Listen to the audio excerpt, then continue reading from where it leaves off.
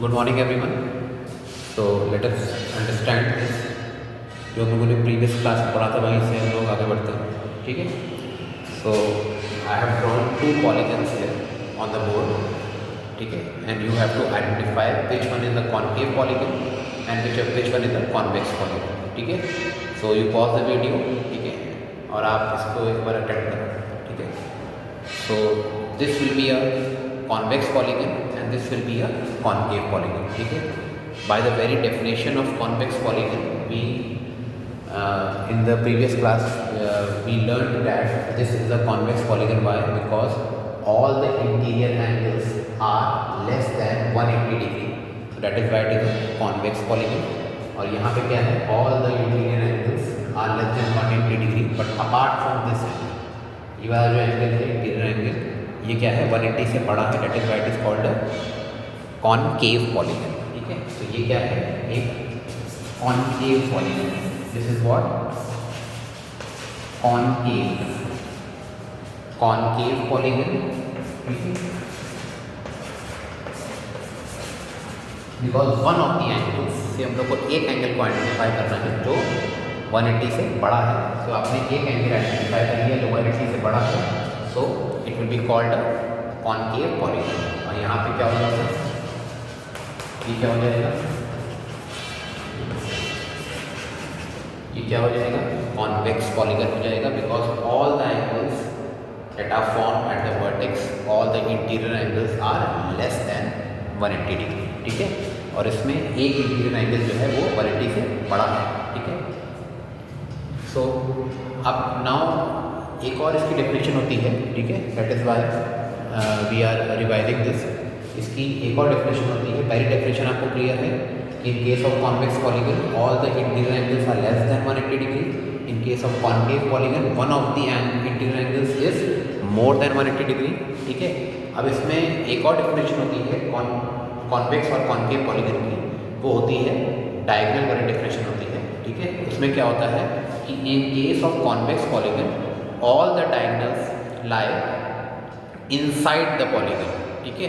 Convex polygon के case में जो सारे डायगोनल्स होते हैं, डायगोनल्स कैसे बनते हैं, ठीक है, तो आपको पता होना चाहिए, ठीक है, बहुत बेसिक कॉन्सेप्ट है। डायगोनल क्या होता है, diagonals are those line segments that are drawn if you join the non adjacent vertex. Non adjacent vertex का मतलब ये होता है कि सपोज करो ये पॉइंट आपने मान लिया, ये पॉइंट ए है, ठीक है, और ये पॉइंट मैं इसको पहले लेके कर रहा हूँ, A B C D E और ये एफ हो जाएगा, ठीक है। तो इसमें क्या हो जाएगा, जो इसके नॉन एडजेसेंट वर्टेक्स, पहली बात आप ये आइडेंटिफाई करो कि ए का एडजेसेंट वर्टेक्स कौन कौन से हैं, जो उसके बगल में है। जैसे मतलब क्या होता है, उसके बगल में है, तो ए का एडजेसेंट बी भी है और ए का एडजेसेंट एफ भी है। सिमिलरली एफ का एडजेसेंट ई भी है और ए भी है, ठीक है। तो नॉन एडजेसेंट वर्टेक्स को जो हम लोग ज्वाइन करते हैं एक लाइन सेगमेंट से, तो वो लाइन सेगमेंट क्या कहलाती है, डायगोनल्स कहलाती है। नॉन एडजेसेंट की बात हो रही है, सो ए को हम लोग किससे ज्वाइन करेंगे, नॉन एडजेसेंट, इन दोनों को छोड़ के औरों से ज्वाइन करेंगे, ठीक है। तो ये इसका क्या हो जाएगा, ये इसका डायगोनल हो जाएगा। A B will be called the diagonal of this polygon. और कौन सा डायगोनल होंगे, ए डी होगा, और कौन सा होगा, ए सी होगा। सिमिलरली अगर आप बी से करो तो बी के एडजेसेंट कौन कौन से हैं, सी और ए, तो इनको छोड़ के आप एक आपका डायगोनल ये हो गया, ठीक है, जो ये इसका नॉन एडजेसेंट वर्टेक्स हो गया बी का, ठीक है। और एक क्या हो गया, ये ई हो गया, और एक क्या हो गया, ठीक है, ई हो गया, और एक क्या हो गया, एफ हो गया। सिमिलरली आप सी से देखो तो सी से आपने ए को ज्वाइन कर लिया है, अब आप सी से किसको ज्वाइन करोगे, इसको ज्वाइन करोगे, ठीक है। तो ये एक डायगोनल हो गया। फिर आप किसको ज्वाइन करोगे, इसको ज्वाइन करोगे, तो ये एक डायगोनल हो गया। डी से आप किसको ज्वाइन करोगे, इसको भी ज्वाइन कर सकते हैं, इसको भी कर सकते हैं, और इसको हमने ज्वाइन नहीं किया है तो हम लोगों ने इसको ज्वाइन कर लिया, ठीक है। फिर ई से आपने सब कर लिए, इसको भी ज्वाइन कर लिया, इसको भी ज्वाइन कर लिया, और इसको भी ज्वाइन कर लिया, और एफ से भी आपने इसको भी कर लिया, इसको भी कर लिया, और इसको भी कर लिया, ठीक है। जितने भी डायगोनल्स आप बनाएंगे इस पॉलीगन के, all the diagonals will lie inside the polygon, ठीक है। सो कॉन्वेक्स पॉलीगन की ये भी एक डेफिनेशन होती है कि all the diagonals of a convex polygon, या a polygon in which all the diagonals lie inside the polygon is called convex polygon, ठीक है। और इस केस में क्या होगा, one of the diagonals will lie outside the polygon, ठीक है। तो इसमें भी हम लोग बना देते हैं, पहले हम थोड़ा सा इसको रब कर देंगे, ठीक है। इसमें भी क्या करते हैं, नॉन एडजेसेंट वर्टेक्स को जो लाइन ज्वाइन करने वाली लाइन होती है उसको क्या बोलते हैं, डायगोनल कहते हैं, ठीक है। तो बेसिकली अगर इसको हम ए बी सी कर लें, ठीक है, इसकी हमने लेबलिंग कर ली। अब इसको हम लोग ज्वाइन कर सकते हैं, ए का नॉन एडजेसेंट सी डी है तो इसको हम ज्वाइन करके यहाँ, फिर यहाँ पर ज्वाइन कर देंगे, ठीक है।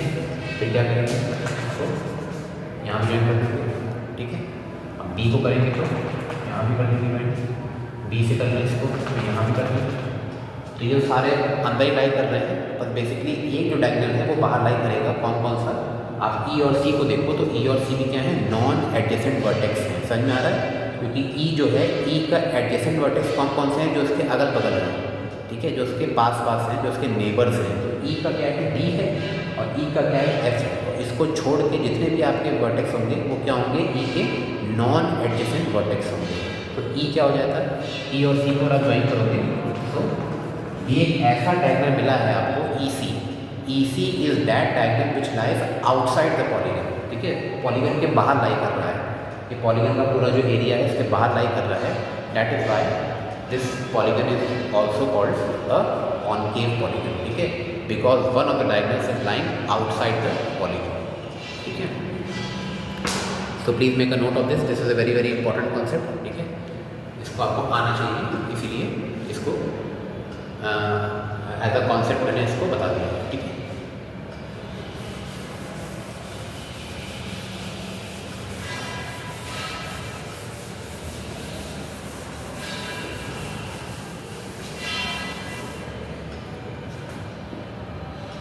अब हम लोग क्या पढ़ेंगे, now let us understand angle sum property, angle sum property of polygons, ठीक है।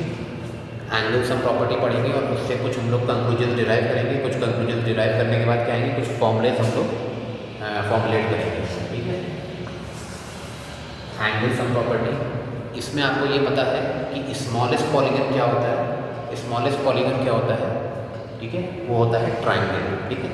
सो आपको ट्राइंगल का ऑलरेडी पता है कि अगर आप ट्राइंगल को ड्रॉ करोगे, ठीक है, तो each interior angle, sum of interior angles of a triangle या angle sum property of a triangle क्या होता है, 180 डिग्री होता है, ठीक है। तो all the sum of all the interior angles of a triangle क्या होता है, 180 होता है, ठीक है। तो ये ट्राइंगल की प्रॉपर्टी होती है, ये आपको पता होना चाहिए। एंगल सम प्रॉपर्टी बोलते हैं इसको। All the interior angles of a triangle is 180 degree, sum of all the interior angles of a triangle is 180 degree, ठीक है। तो हम लोग शुरुआत करते हैं कहाँ से, कोऑर्डिनेटर से करते हैं, ठीक है। कोऑर्डिनेटर से करेंगे, ठीक है। अब now we have to calculate the angle sum या sum of all the interior angles of a coordinator, ठीक है। तो कैसे कैलकुलेट करेंगे, मतलब कि इनका सम क्या होगा, इन सब इंटीरियर एंगल्स का सम क्या होगा,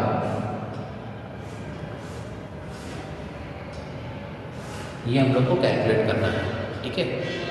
समझ में आ रहा है आपको। तो हम लोग कैसे कैलकुलेट करेंगे, पहले हम उसको लेबल कर देते हैं, ठीक है। अब इसमें क्या करेंगे, अब इसमें क्या करेंगे नेक्स्ट स्टेप में कि you draw one of the diagonals of coordinator. मैंने आपको बताया कि डायगोनल कैसे बनता है, diagonal is a line segment which is formed if you join the non-adjacent vertex।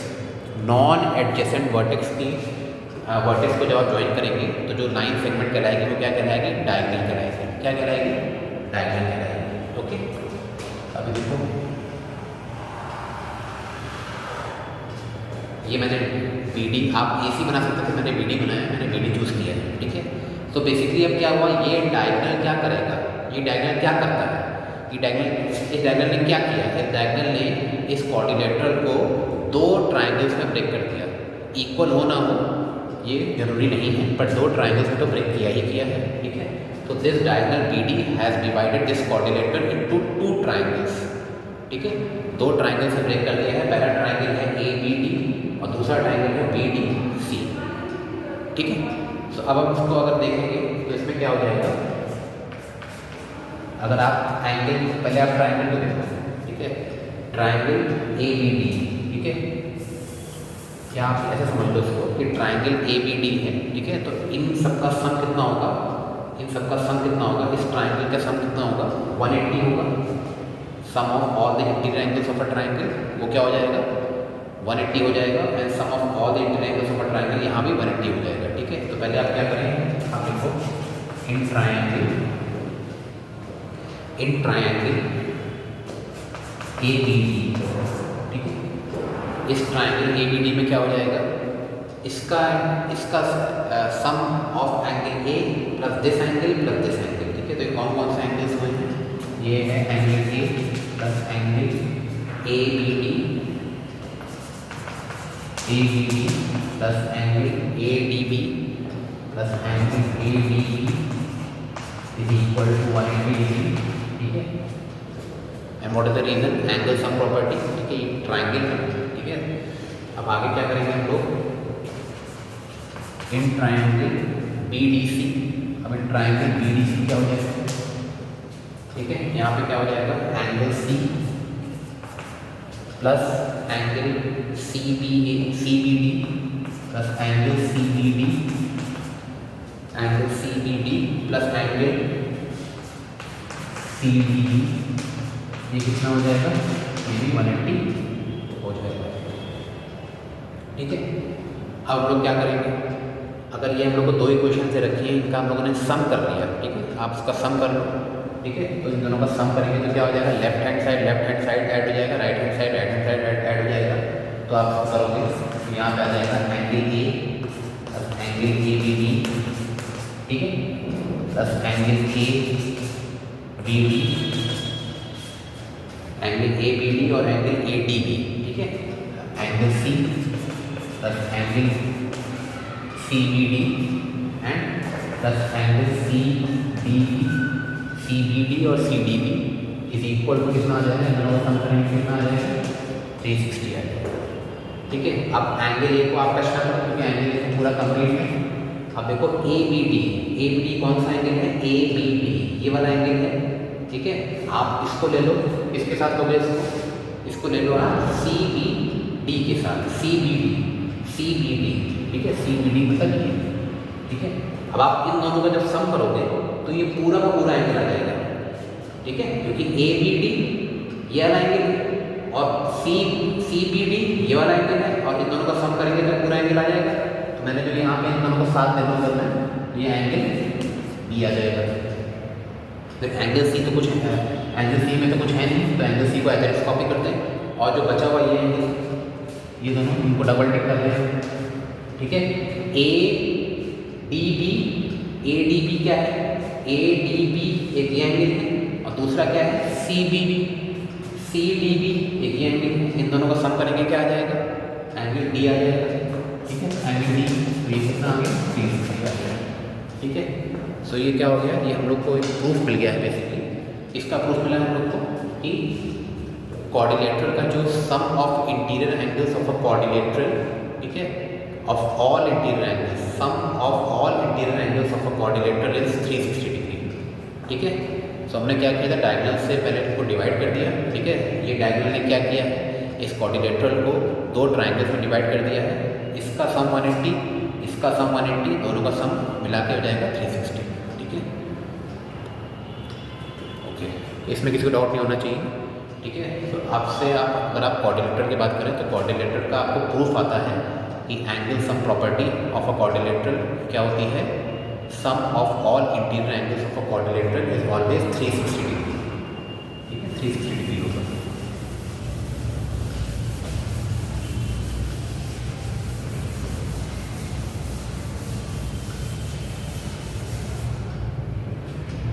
ठीक है। अब मैं फिर एक क्वाड्रिलेटरल बनाता हूँ, मैं यहाँ पे पेंटागन बनाऊंगा, यहाँ हेक्सागन बनाऊंगा, एक फॉर्मूला डिराइव करेंगे, ठीक है। इसको भी रब कर देते हैं, ये अच्छे से बने, ठीक है। तो हमने पहले क्या बनाया है कि मैंने क्वाड्रिलेटरल बना लिया, ठीक है, दिस इज अ क्वाड्रिलेटरल, है। एक मैंने पेंटागन बनाया है। पेंटागन क्या होता है? 5 साइडेड पॉलीगन, ठीक है। 5 sided polygon, a polygon having 5 line segments made up of 5 line segments. Hexagon, ये हेक्सागन बना लिया। Hexagon 6 sided polygon is called hexagon, ठीक है। अब इस केस में हम लोग क्या करेंगे, जैसे मैंने इसमें पहले किया था कि इनमें हम लोग क्या करते हैं, एक वर्टेक्स को पकड़ के सारे डायगोनल्स बना देते हैं, ठीक है। तो आपने एक वर्टेक्स पकड़ यहाँ पे किया, ठीक है। बेसिकली हम लोग को क्या करना है, हम लोग का पर्पस क्या है कि हम लोग को ईच एंड एवरी फिगर को, इन तीनों फिगर को हम लोग क्या करना है, हम लोग को ट्राइंगल्स में ब्रेक करना है, ठीक है। तो हम लोगों ने एक डायगोनल बनाया और एक ट्राइंगल में ब्रेक हो गया, ठीक है। ये 2 ट्राइंगल्स में ब्रेक हो गया और इसका ऑलरेडी हम लोग कैलकुलेट कर चुके हैं। क्या आंसर है इसका? 360, ठीक है। Sum of all interior angles of a quadrilateral is 360, ठीक है। तो जितने ट्राइंगल्स में ब्रेक होगा उतना उसका सम हो जाएगा। जैसे यहाँ पे 180 प्लस 180 360 हो जाएगा, ठीक है। तो यहाँ से कितना आ जाएगा, इसको हम लोग 360 को हम लोग क्या लिख सकते हैं, 2 × 180 लिख सकते हैं, लिख सकते हैं ना, लिख सकते हैं, ठीक है। And 2 can be written as 4 - 2 × 180, ठीक है। ऐसे हम लोग कर सकते हैं। सिमिलरली आगे हम लोग क्या करेंगे, ठीक है। हमें अब क्या करना है, पेंटागन को भी क्या करना है, ट्राइंगल्स के फॉर्म में ब्रेक करना है, ठीक है। तो पेंटागन को भी हम लोग ट्राइंगल्स के फॉर्म में ब्रेक करेंगे तो क्या हो जाएगा,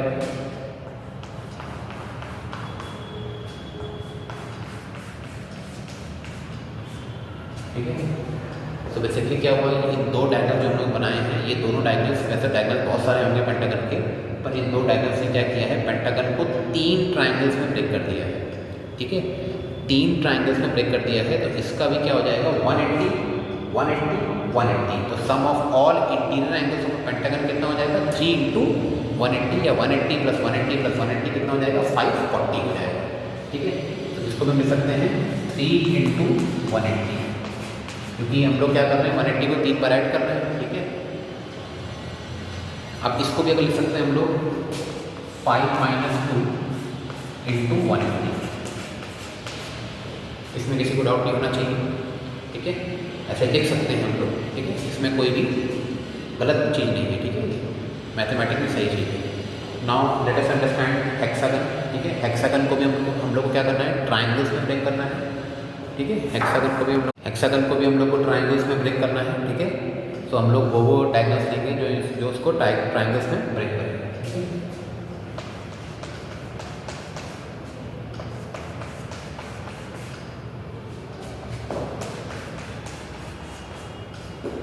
तो हम लोग ले लिए इसे, ठीक है।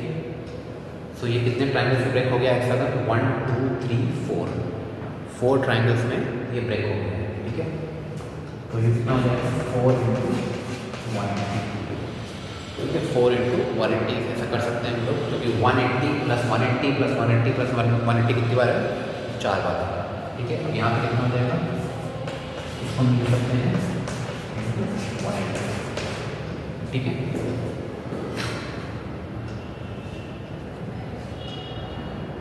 ठीक है। सो बेसिकली अगर आप इसमें देखो, so this is the 4 sided polygon, तो ये 4 - 2 आ रहा है × 180। पैटर्न को देखिए, this is the 5 sided polygon, तो ये 5 - 2 × 180 आ रहा है। This is the 6 sided polygon, जो इसमें 6 - 2 × 180 आ रहा है। इसका क्या मतलब है, इसमें चेंज क्या हो रहा है, साइड्स चेंज हो रही है, ठीक है। 2 और 180, 2 और 180, 2 और 180 सब में सेम आ रहा है, ठीक है। साइड्स चेंज हो रही हैं, सो हम लोग को क्या हो रहा है, जैसे जैसे हम लोग की फिगर की साइड चेंज हो रही है, सिर्फ साइड्स ही चेंज हो रही हैं और कुछ चेंज नहीं हो रहा, ठीक है। सिमिलरली अगर हम लोग हेप्टागन बनाएंगे, हेप्टागन क्या होता है, 7 साइड पॉलीगन होता है, तो यहाँ पे क्या आ जाएगा, 7 - 2 × 180।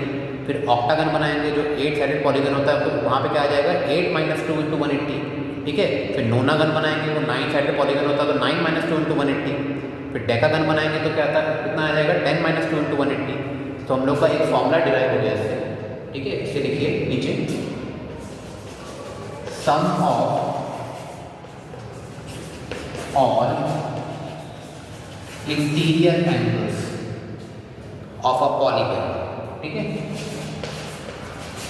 सम of all interior angles of a polygon कितना हो जाएगा, n माइनस टू इंटू 180। ठीक है, ये बहुत इंपॉर्टेंट फॉर्मूला ड्राइव हुआ है। Sum of all interior angles of a polygon, ठीक है, is equal to n minus two into 180। ठीक है, हम लोगों ने सिर्फ पैटर्न को देखा, ये क्वाड्रिलेटरल था तो 4 माइनस टू, पेंटागन है तो 5 माइनस टू, ये हेक्सागन है तो 6 माइनस टू। ठीक है, आगे 7 minus two, 8 minus two, 9 minus two, 10 minus two, 11 minus two, ऐसे चलता चला जाएगा। तो इसका क्या मतलब है कि सिर्फ n की वैल्यू चेंज हो रही है, तो हमने क्या किया, उसको n से रिप्लेस कर दिया। ठीक है, n कुछ भी हो सकता है। ठीक है, n क्या होगा, side of a polygon, sides of a polygon. ठीक है, कितने लाइन सेगमेंट से वो पॉलीगन बना है। ठीक है, so please make a note of this. ठीक है, this is very very important stuff.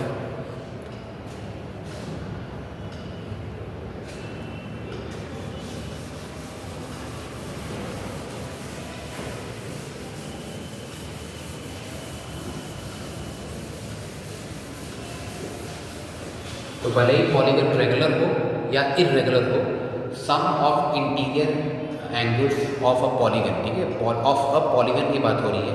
जो फॉर्मूले में पॉलीगन लिखा है तो उसमें रेगुलर और इरेगुलर दोनों इंक्लूड हो रहे हैं। बट अगर हम लोग सिर्फ इसकी बात करें कि सिर्फ रेगुलर पॉलीगन हो, ठीक है, तो रेगुलर पॉलीगन के केस में क्या होता है, all the interior angles are equal. सारे इंटीरियर एंगल्स अगर इक्वल होंगे और हम लोग को क्या निकालना है, ईच इंटीरियर एंगल निकालना है। ठीक है, ईच इंटीरियर एंगल निकालना है तो क्या हो जाएगा, क्या लिखिए, each interior angle of a